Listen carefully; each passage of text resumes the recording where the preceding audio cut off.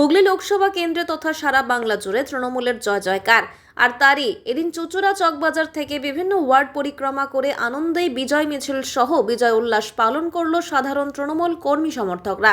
তাদের সঙ্গে উপস্থিত ছিলেন তৃণমূলের যুব নেতা তথা আইনজীবী কাজী ইমরানুল হক সহ স্থানীয় তৃণমূল নেতৃত্বরা। যুব নেতা জানান, সারা বাংলা জুড়ে মামাটি মানুষের যে জয় লোকসভায় হয়েছে, অন্যদিকে আমাদের প্রার্থী রচনা বন্দ্যোপাধ্যায়ের জয়ের আনন্দে আজ উৎসবে মেতেছে সাধারণ তৃণমূল কর্মীরা। এই বিজয় উল্লাস কি পক্ষে একটু যদি বলেন। হুগলি লোকসভায় রচনা বন্দ্যোপাধ্যায় জিতেছে, বাংলা জুড়ে তৃণমূলের জয় জয়কার।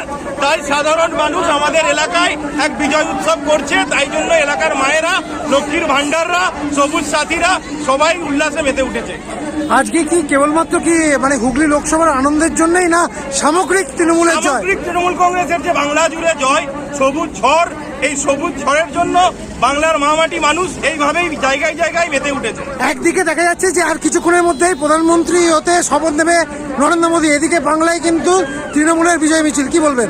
বৈশাখী একদিকে হচ্ছে নীতিশ কুমার, আর একটা বৈশাখী হচ্ছে আপনার কি নাম ওর, চন্দ্রবাবু নাইডু। এদের দুই বৈশাখীর জন্য উনি আজকে শপথ নিতে চলেছেন। দুটো বৈশাখী পড়ে যাবে, এই সরকারটাও শেষ হয়ে যাবে। আজকে কার পক্ষ থেকে এই বিজয় মিছিল? আমাদের পক্ষ থেকে, এলাকার তৃণমূল কংগ্রেসের কর্মী, এলাকার তৃণমূল কংগ্রেসের সমর্থকদের পক্ষ থেকে এই বিজয় মিছিল। আপনার নামটা? কাজী ইমরানুল হক, আইনজীবী।